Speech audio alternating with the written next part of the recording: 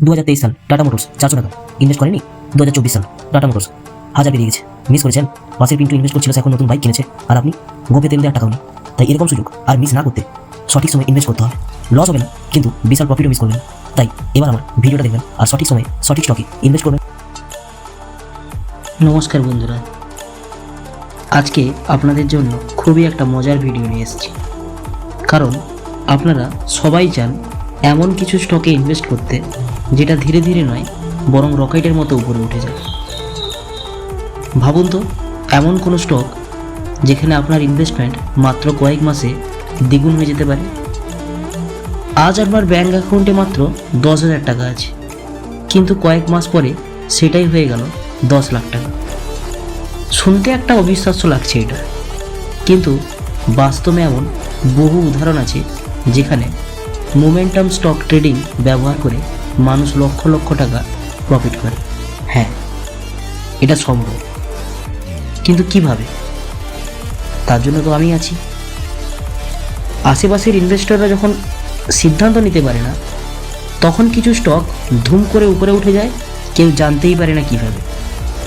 আর যখনই আমরা জানতে পারি, যখনই আপনি জানতে পারেন, তখনই ইনভেস্ট করতে যাই, তখন দেখা যায় আর প্রফিট আসছে না। আজ আমি সেই রহস্যটা ফাঁস করব, এবং মোমেন্টাম স্টকস নিয়ে আপনি যদি ট্রেডিং করেন বা মার্কেটে ভালো রিটার্ন পেতে চান, তাহলে এই ভিডিওটা শেষ পর্যন্ত। তাহলে আর দেরি কেন, চলুন শুরু করি। প্রথমেই জানব মোমেন্টাম স্টক কী।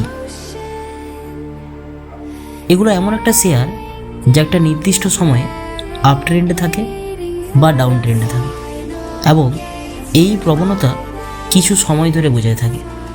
সাধারণত ইনভেস্টররা ট্রেন্ড ইজ ইয়োর ফ্রেন্ড এই নীতিটা মেনেই কিন্তু স্টকগুলোতে ইনভেস্ট করে। ধরুন আপনি ট্রেনে বসে আছেন আর ট্রেন জোর গতিতে চলছে।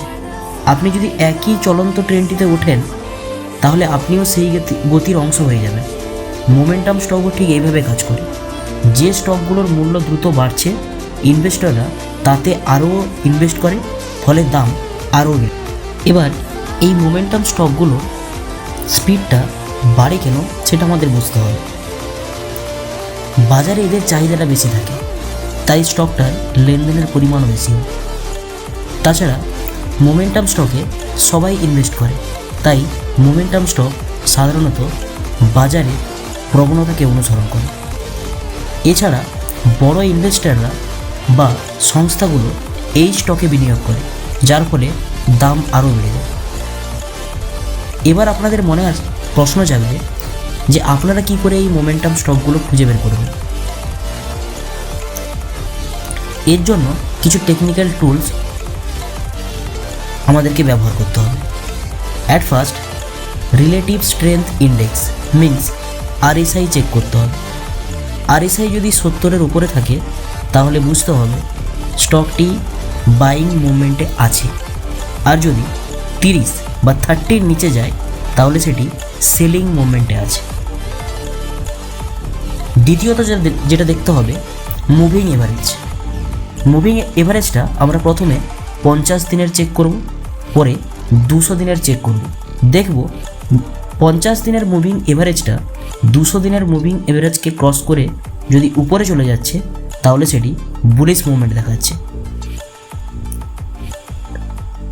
3 নাম্বার, আমরা চেক করব মুভিং এভারেজ কভারেজ ডিভারজেন্স।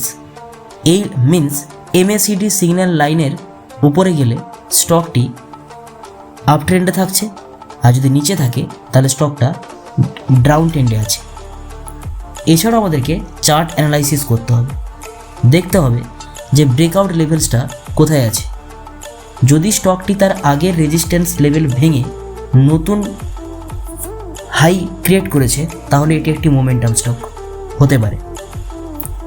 শুধুমাত্র দাম বাড়ছেই দেখে যে আমরা বাই করব সেটা কিন্তু নয়, তার সঙ্গে দেখতে হবে যে প্রাইসটা ইনক্রিজের সঙ্গে সঙ্গে ভলিউমটা ইনক্রিজ হয়েছে কিনা, তবেই বুঝবেন যে এটা সত্যিকারের মোমেন্টাম স্টক। এছাড়া আমাদেরকে নিউজ ফলো রাখতে হবে।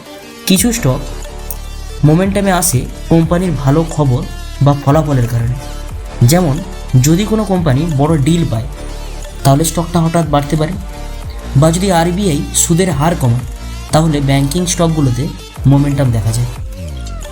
এবার আপনাদের আমি কিছু এক্সাম্পল দেব, এরপর আপনার মোমেন্টাম স্টকটা কী বা কোন স্টকগুলো মোমেন্টাম স্টক এটা আপনারা খুব সহজে ধরতে পারবেন। যেমন ধরে নিন 2023 আর 24 সাল টাটা মোটরস। 2023 সালে স্টার্টিং জানুয়ারিতে টাটা মোটরস 400 টাকা ছিল পার শেয়ার, কিন্তু 2024 মার্চে সেটি পৌঁছে যায় 1000 প্লাসে। এর কারণটা কি? কারণ ইভি সেগমেন্ট এর মধ্যে এন্ট্রি নিয়েছিল এবং কোম্পানিও আরও শক্তিশালী পারফরম্যান্স দিয়েছিল, যে কারণে 400 টাকা থেকে আমরা 1000 টাকা পর্যন্ত এবং তারও উপরে টাটা মোটরস ইনক্রিজ করেছিল। আরও একটা এক্সাম্পল আপনাদের সামনে আছে, আইআরসিটিসি 2020-21 লকডাউনের পর ট্রেন পরিষেবা যখনই স্বাভাবিক হলো তখন শেয়ারের মূল্য 1300 টাকা থেকে 6000 পর্যন্ত চলে যায়, কারণ পর্যটন এবং রেলওয়ে ব্যবস্থা আবার পুনরুদ্ধার করা হয়েছিল। এই ব্যাপারগুলো আপনাদেরকে বুঝতে হবে। কিন্তু যতটা আমি আপনাকে বললাম, ব্যাপারটা এতটা সহজ মোটেই নয়। সব কিছুর যেমন ভালো দিক আছে তেমনি খারাপ দিকও আছে। মোমেন্টাম স্টক কেনার আগে আপনাকে এই জিনিসগুলো ভালো করে মাথায় রাখতে হবে। যেমন এটি খুব দ্রুত ওঠে, তেমনি খুব তাড়াতাড়ি পড়েও যেতে পারে। তাই আপনাদেরকে সঠিক সময়ে এন্ট্রি এবং এক্সিট দুটোই নিতে হবে। দেরি করলে লাভের সুযোগ হাতছাড়া হবে, আর অতিরিক্ত লোভ করলেও আপনার লাভের সুযোগ হাতছাড়া হবে। কখনো কখনো মার্কেটে ম্যানিপুলেশনও হয়, কখনো কখনো বড় যারা ইনভেস্টর হয় তারা ইচ্ছাকৃতভাবে এর দামটা বাড়ায়, আবার পরে এটাকে সেল করে দেয়। ফলে যারা কমন ইনভেস্টর হয় তারা কিন্তু এতে কী হয়, প্রচুর পরিমাণে লস করে।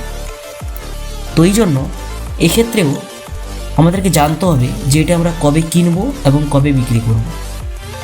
যখনই দেখবেন RSI 70-র নিচে আছে কিন্তু ধীরে ধীরে বাড়ছে, যখন স্টকটা ব্রেকআউট দেয়, ভলিউম বাড়ে, যখন 50 দিনের মুভিং এভারেজ 200 দিনের মুভিং এভারেজকে ক্রস করে উপরে যায়, তখনই আমাদেরকে কি করতে হবে, এন্ট্রি নিতে হবে।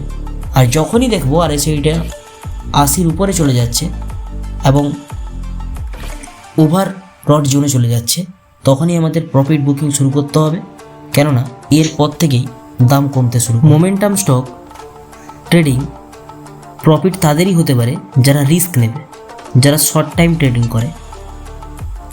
তবে ইনভেস্ট করার আগে অবশ্যই আপনি নিজে ব্যাপারটাকে রিসার্চ করুন, টেকনিক্যাল অ্যানালাইসিস করুন, তারপর ইনভেস্ট করুন। যদি আপনার এই ভিডিওটি ভালো লাগে থাকে তাহলে অবশ্যই চ্যানেলটিকে সাবস্ক্রাইব করুন, লাইক করুন, কমেন্ট করুন এবং কোনো নির্দিষ্ট স্টকের উপর বিশ্লেষণ চাইলে আমাকে কমেন্টে বলুন। আমি অবশ্যই চেষ্টা করব আপনার স্টকটার সম্পর্কে অ্যানালাইসিস করে সম্পূর্ণ ভিডিওটা দেওয়ার। আজকে এই পর্যন্ত। Good night, take care.